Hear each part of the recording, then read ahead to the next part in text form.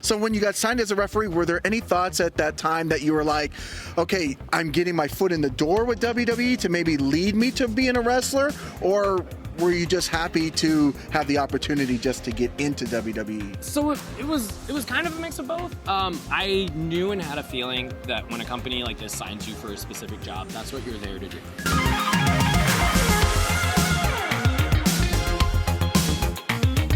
Hey guys, welcome back to another interview here on Toned In Entertainment. Today we're at Mayhem On Mills. Yeah, we are. Wow, and I'm super excited. Dude, I'm so excited. I'm beyond excited because I've got Mikey Spandex back here. That's me. That's him. That's me. On the channel. So nice to hear that name again. Mikey Spandex. It's been a while since we've heard say the it name. one more time. Mikey Spandex is here at Mayhem On Mills. Feels so good. He is ready to get back in the ring. Your first match in the ring. 2.5 years. 2.5 years. We're here October 2023. It's been August of 2021 was, so not 2.5, but like 2. Still, August of 2021 was my last match. For 2.5 years, was a referee on TV, and now came back. Here I am, man. There you are. You are back. This is insane. For those that don't know, formerly known as Marquis Hamilton, on WWE nXt. Yep. You're a referee doing your thing over there. I was trying. You were trying to do your thing over there. Yeah. But now you are back. You are no longer with WWE. Nope. And you are here back as Mikey Spandex. Yeah, I am. Oh. God, the world feels right now. It does. It does. It's like a breath of fresh air. It really is. I have no words. I can't wait. First match. I'm nervous. I'm excited. There's so many emotions for this. It's going to be great. It's going to be absolutely fantastic. I mean, not only is it your first match, you are reuniting. Yep. Task Force is back as well today, too. Not only that, crazy fun fact about it, we're facing the Gifted. They were our second to last match. But they were, quote unquote, the last real tag team we faced. And now they're our first tag team match back. So it's a great, not the same promotion, but a great full circle moment. I'm very, of any team to face first, I'm glad it's the Gifted. They're great guys. I've been keeping an eye on them over the last 2 years, and they stepped it up. They have stepped it up. Game-wise, look-wise, all across the board, they have been killing it. So I'm very excited to work with those guys. I was going to say, in the 2 years that you've been gone, yeah, the Gifted have been making waves across the independent scene has stepped up over the last 2 years. So, like, there's so many people I've never seen before, people I've never heard of. People were just stepping onto the scene when I was leaving. So it's like a bunch of new faces, and I'm ready to face all of them. Let's do this. I'm so excited. Wow, I mean, this is October 15th, 2023. Yep. I feel like there's a lot of new chapters in your life starting. Oh, yeah? I mean, 2 days ago, I think I need to congratulate you because you just got married 2 days ago. I got married, and my wife allowed me 2 days later to come back and wrestle. I totally got her permission for this. I couldn't have done it myself. I just went, hey, there's a show on the 15th, and Task Force is getting back together. I mean, if she said no, it would have been too late anyway, because I already said yes, but she didn't need to know that. And I mean, what I love, I mean, we're both married men since our last interview now. Oh my gosh, we are! Yes, we are! What the heck? Hell us, hell yeah. All right, go married dudes. Let's do this damn thing. Right? I think I got married, it was about a month after our interview. Yes, it was. Yes, I remember you were telling me about that. Yeah, so for 2 days. Ignite, right? At Ignite at the brewery? No, it was after River City. Yes. Okay, we did the official interview at the convention. one-on-one interview we did before Task Force. Because we did a 1 month and then a 1 month Task Force. Yes. So, wow, go married dudes. Right? Right? Not all married dudes. Some married dudes suck. Oh yeah, that's most married dudes. They go most married dudes. Now, that's the bad I do have to say I did see a couple pictures that were made public about a Star Wars theme. So it wasn't the wedding? No, but the reception or something, so right? It wasn't Star Wars themed. It was a Halloween themed wedding. Okay, gotcha. So we did a costume party. So everybody at my wedding was in different costumes. My wife and I were dressed as Geralt and Yennefer from The Witcher. So that's why I did the wig, the contacts, all of it. Contacts came out about halfway through because they really burned, and I didn't realize costume contacts suck. Like, they hurt a lot, but it was worth it. It was so much fun. Oh my gosh, it was the amount of fun. I'm still exhausted. I'm still pretty exhausted, but this is right at the part where I'm like, okay, I'm about to recover from being tired, but here we are. I'm ready. Let's do this. Like, oh, it's such a blast. I can't wait to wear that costume again, too. It was a really good costume. It looked good on you. It did. It did. Thank you. I feel like we have to dive into a little bit of where you've been gone the past 2 years, okay? So I remember the day that you told me it was at an nXt show. Yes. And you said, hey, man, I just got signed to WWE, and I was super pumped. You couldn't really say what was going on. Correct. Yep. Then you showed up as a referee, and, you know, from there you've been there. So 2 years ago, let's talk a little bit about the experience as a referee and why you're back. Oh, man. So 2 years ago, same like we talked about before, I got officially signed was in September. I got the news in August that I was getting signed as a referee for the WWE, did all my last matches, did all that good stuff. Once I got signed, I was there. So I was a part of so much because, as you know, the whole wrestling world shifted over the last 2 years. So I was there when NXT changed to NXT 2.0. I was there when Vince McMahon stepped down and Triple H took over. I was there when Vince McMahon came back and Triple H was still there. I was there when UFC bought, like, the whole TKO buyout, like, right at the tail end of that. It was a huge roller coaster of just, like, a paradigm shift. And you could, like, you knew the independents were changing, and obviously we couldn't feel it because we were in NXT, but you could feel the shift and change, and now you're seeing it just across the board. Like, these changes are starting to settle. I can't tell you, like, the specifics because it's just, like, it's very different. Like, the vibe and the scene of the independents of corporation wrestling across the board is very different from what it was 2 years ago alone. Shoot, 6 months ago. It's a giant difference. You felt that, right? I got hit by like an acorn on top. That was weird. Somebody's trying to tell us not to talk, but it's okay. My ADHD just kicked in from that. But yeah, like there's just been such a shift and a change where it's like, I feel like Cody Rhodes was probably the one who, he wasn't like the main guy to do it, but he was like the poster child for betting on yourself. Okay. Over the last 2 years, in my opinion. Granted, you had Cody, you had Drew McIntyre, you had Jinder Mahal, you had a bunch of guys that were those bet on yourself guys. Zack Ryder, Matt Cardona. But you had those guys that bet on themselves and they shoot for the stars. So obviously those guys who did that got released or requested their release, were big inspirations for me, and like I see that there's hope. And overall, just like, don't get me wrong, I had a great time as a referee. I met great people, I made amazing connections. I wasn't happy as a referee, and I realized that more and more, and I was hoping to just like, I was hoping to get through my whole contract because I was signed for a 3-year deal, and I was hoping to just try and muscle through that, but like things just kept piling on where I just wasn't happy, and it just kept getting worse and worse for me mentally, and I was just like, if I'm not happy, and I've always been the person to pride myself on that, if I'm not happy with the situation I'm in, I need to get out. I don't care. If I feel like I'm just working for a paycheck, I don't need to work here. I don't care how much money I'm making. And this was that situation where it was just like, the money doesn't matter. My mental health and my happiness matters more than anything else. And at the end of the day, that's what I need to focus on. So obviously we had to make other financial decisions to make this happen. So I made sure I got a new job. I did all that. Once that was lined up, I put in the notice and let them know, like, hey, I straight up told them the same thing. I said, I'm not happy here, and I need to go somewhere where I'm happy. And they were very cooperative, very, very great about how I was feeling. And they were like, you should absolutely just focus on yourself more than anything else. And here we are. And that's 2 years in a nutshell. All wrapped up into 7 minutes right there. That's the best way to do it. Now, obviously, I've been following you as a wrestler for quite some time. So when you announced that you were going to be a referee, it was definitely a little shocking to me because I thought you were going to be signed as a wrestler. So when you got signed as a referee, were there any thoughts at that time that you were like, okay, I'm getting my foot in the door with WWE to maybe lead me to being a wrestler? Or were you just happy to have the opportunity just to get into WWE? So it was kind of a mix of both. I knew and had a feeling that when a company like this signs you for a specific job, that's what you're there to do. So I knew there was a very slim to nothing chance of me wrestling again. So you went in with that I went into that with mentality. So I had to keep telling myself, like, you're not a wrestler anymore, you're not a wrestler anymore. But in the back of my mind, I missed it, which was very hard to do.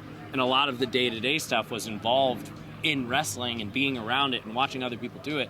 So when you're watching these people train and wrestle and they're not getting it and like something so simple isn't clicking, you want to sit there and be like, I can do this. I know how to do it. I really want to go in and do it, but I can't. I was like, I know this isn't my job. It's like one of those just stay in your lane so you don't get in trouble type deal. And I understand that. Like, I know a lot of people kind of harp on that idea about about the company, where they say like, oh, you need to make sure, keep your head down, do your job, and whatever.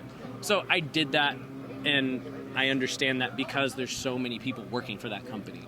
So me trying to step my foot in where this isn't what I was signed to do, I knew I tried to be as professional as I could.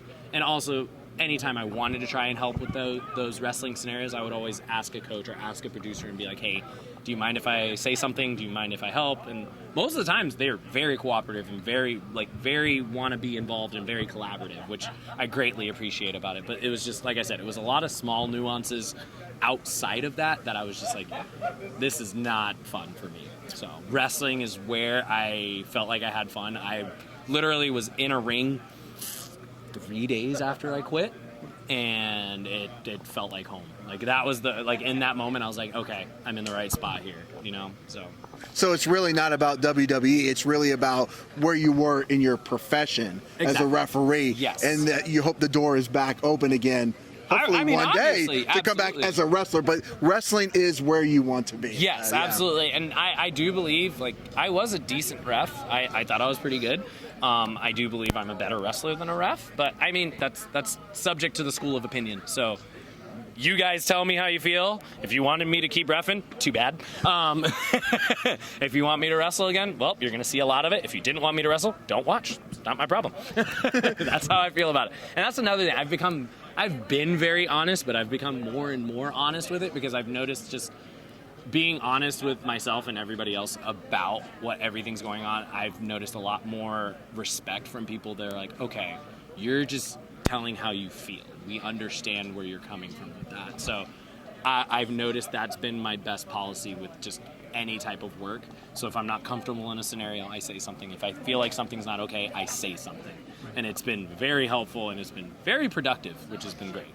Now, obviously, your name is Mikey Spandex out here. Yes, and obviously you were going to be able to referee as Mikey Spandex in WWE. Right. You had to go under Marquis Hamilton. Correct. How did the name come about? So the name was actually fairly simple to pick as far as what it came with. So obviously Marquis, my tag team partner. So that's where it did come from. Yep. Okay. I named myself after my tag team partner. And then Hamilton is actually my mother's maiden name. So I knew it had a good ring to it, and plus I was just like, I can honor my family with it because they can't use my current last name, my actual last name, Delbray, because they didn't want anything involving our actual names or our old work names. So maiden name of my mom, perfect. So I knew to pick something that meant something because I wanted a name, at least if I had it, I would be okay with it rather than just being like John Doe. Like, yeah, what'd you do? Oh, I just threw in a name generator and hoped for the best. No, I wanted to make sure it was something I could hold on to and like, and that was in the chance that, okay, I love reffing, and there was a chance I wouldn't be here right now wrestling again, and I would be a referee for a very long time, but things changed, so I wanted to make sure it was a name that I would keep. I was going to say, I love the name Marquis Hamilton. It made you sound so... It's so refined. Right. It's so great. It makes you sound like we're coming to a fancy party. Right? Marquis Hamilton. And I was like, oh, that could work. And I thought of it also as, like, what would be a cool wrestling name? So, like, it was one of those that slim to nothing chance in the hope that I would wrestle again for the company, that I could use that name for that, too. And I felt like that would be a good name to work both ways, but... didn't work out, which is fine by me. I mean, it's like I said, this is where I want to be right now, and if things change or the right offer comes my way, by all means, I'm open to it. Now, it's really just so awesome when I get to see you guys and girls who we've been following here, be on TV, no matter how small or how big it is. So when you were on NXT, it was definitely exciting to see you in the ring, right? I appreciate that. Now, how was it like when you actually refereed matches with like other people that you had been associated with on the independent scene? So the number one person I can name off the top of my head would be Malik Blade, a.k.a. formerly known as, not even a.k.a., FKA, formerly known as Josh Dawkins. He was signed to the WWE maybe a few months before me. That was one that was pretty surreal and pretty cool to see whenever I would ref him because of the fact that we worked together on the indies a couple times. That's what I was going to say. Was there anybody you went up against? So he was one that I was like, dude, imagine, like, we used to work together against each other, and now I'm refereeing you. So it was really cool seeing that, and it was really cool, like, Kaden Carter. She trained me. So being able to referee my trainer, one of my trainers, was really cool to see too. So it was a lot of those moments where I got to see like who I got to work with and people I knew.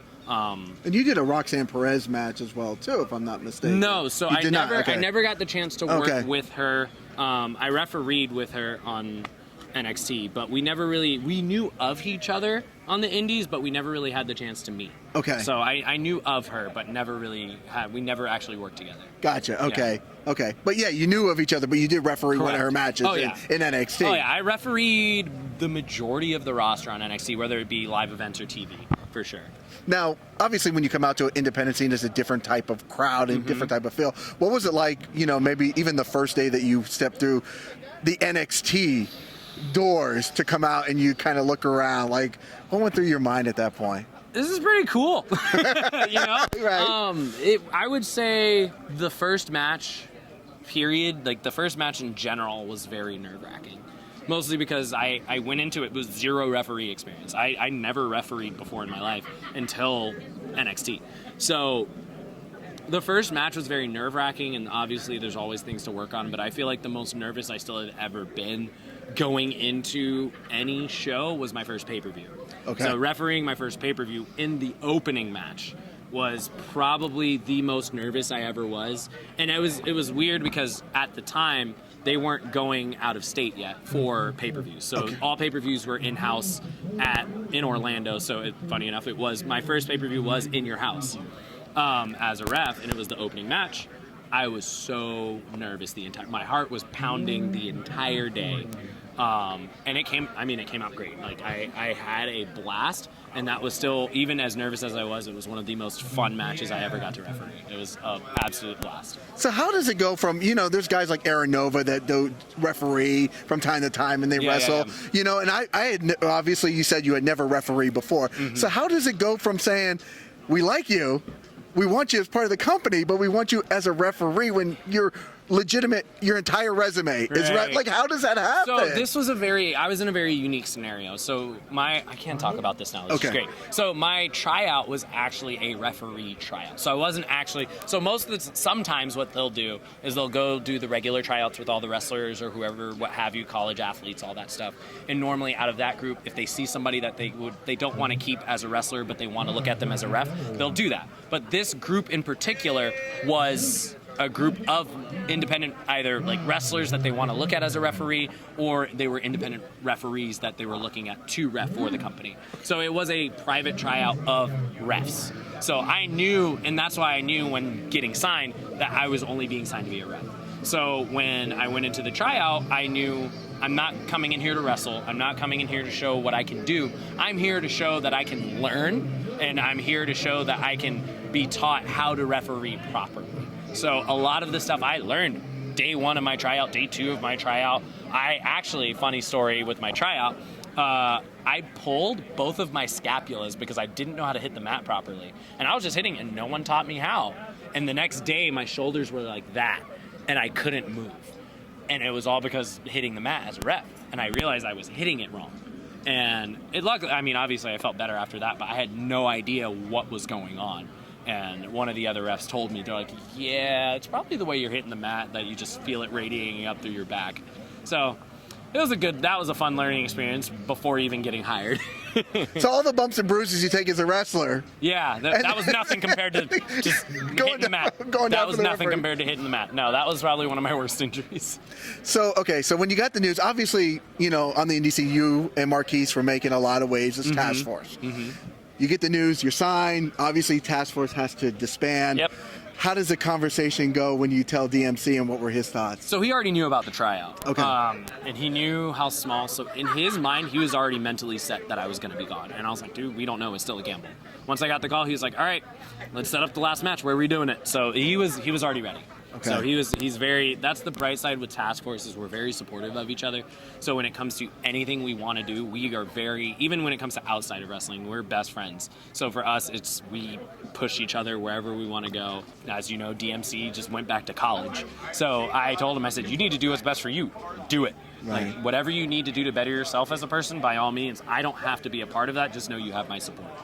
Now, your first match back here, Mayhem on Mills, but you look like you're just getting ready to take the train and roll over South Florida right now in the next couple weeks, right? That's the plan. So Mayhem on Mills this week, next week USWA in Jacksonville. I don't think I You have got any Pro Wrestling Action, I think. Pro Wrestling Action, yep, the week after that. And then I have Pride of Wrestling in Seminole the week after that. So it's gonna be very busy the next 3 to 4 weeks. I might have a little bit of time off because I've been a very big push, and I was a big push of this when I first started too. Independent wrestling, as great as it is not financially sustainable. And a lot of people want to try to make a living off the indies, but not all of us are Matt Cardona. Not all of us are Steph DeLander. We're not those superstars that can push that. And by all means, if you can get there, more power to you. Good for you. That's awesome. I would love to get there because that's great money to make. But I think one of the biggest advices I always give people, whether you're first starting out or anything, get a job. Have a job that's obviously flexible with your schedule. I always, before I even started wrestling, I like to say I had plan B before plan A. I got my master's degree, I'm a school counselor. I do that. So then that way if wrestling doesn't work out, I still have something to fall back on.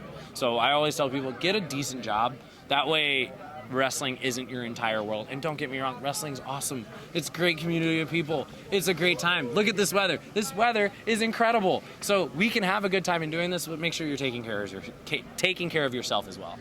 As a school counselor, what do the youngsters think of Mikey Spandex in the ring? They think it's the coolest thing on the planet. Do they think like you're going to wrestle The Undertaker this weekend, or are they a little bit So a lot more of them smart ask to me it? if I know John Cena. Okay, well, that figures, right? I'm like, why is that always the go-to? But I'm like, it is John Cena. It's our Hulk Hogan, the John Cena, exactly. right? But it's like, it depends on the group of kids you talk to, because not a lot of teenagers right now are wrestling fans. Like I have a few students of mine that are wrestling fans, so they'll ask questions about like actual people. But like I had a few kids ask me like, who's the most famous person you met, or who's like the nicest, one of the nicest. So one of them was Undertaker. So I told them that, but like most of them didn't know who he was. They're like, oh, cool. But then I said Logan Paul, and they lost their minds. And I'm like, oh, so we know who that guy is. We know the YouTuber. I'm also like, it's the generation of kids. They don't know. Like, that's the one thing I don't like about other wrestling fans or like other wrestlers harping on the younger guys for knowing certain things. I'm like, you guys do realize this was 30 years ago. Most of these kids were not born yet.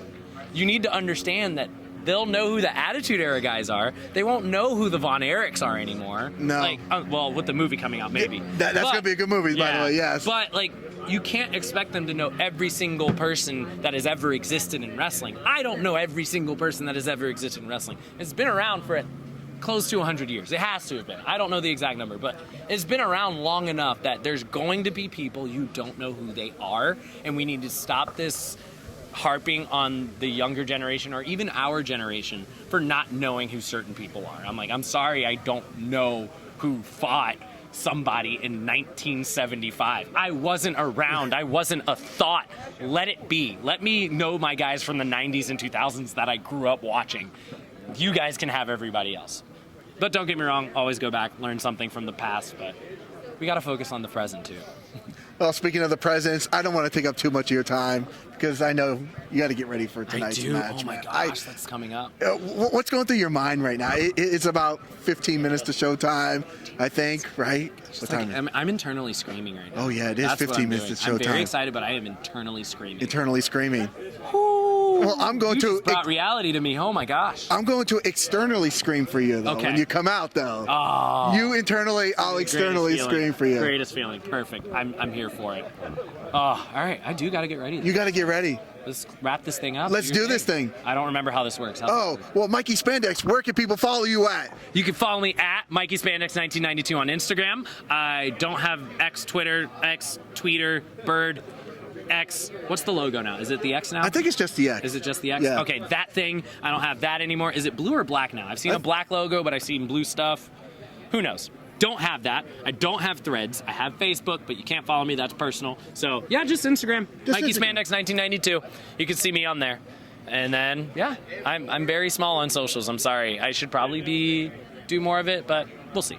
Yeah, probably not. Nah, I mean, you do what makes you happy. That's what you've learned in these 2 years, that's right? What I've learned, yes. That's exactly it. So. Well, I'm doing what makes me happy because I'm talking to Mikey Spandex Absolutely. At Mayhem on Mills. We got wrestling Sunday afternoon, Orlando, Florida. I'm pumped. You should be pumped if you're not here. I don't know what the heck is wrong with you. I don't know what's wrong with that. Because I drove 3.5 hours to come watch. I drove Mayhem. 30 minutes. Well, that's okay. I live right. Yeah, I don't live far. Yeah.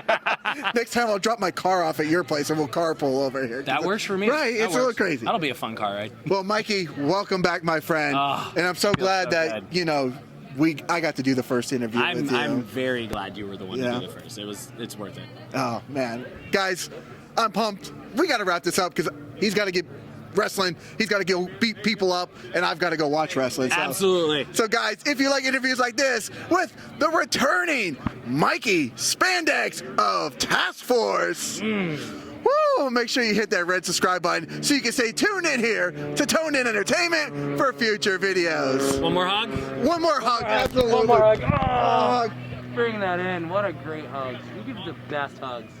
I don't know. It might be between you and Speedy. We'll see. We'll see. Oh, shoot. I'll give you that. I'll give you that. Speedy's got the competition. All right. Subscribe to the channel. Do it. Go now. Do it now.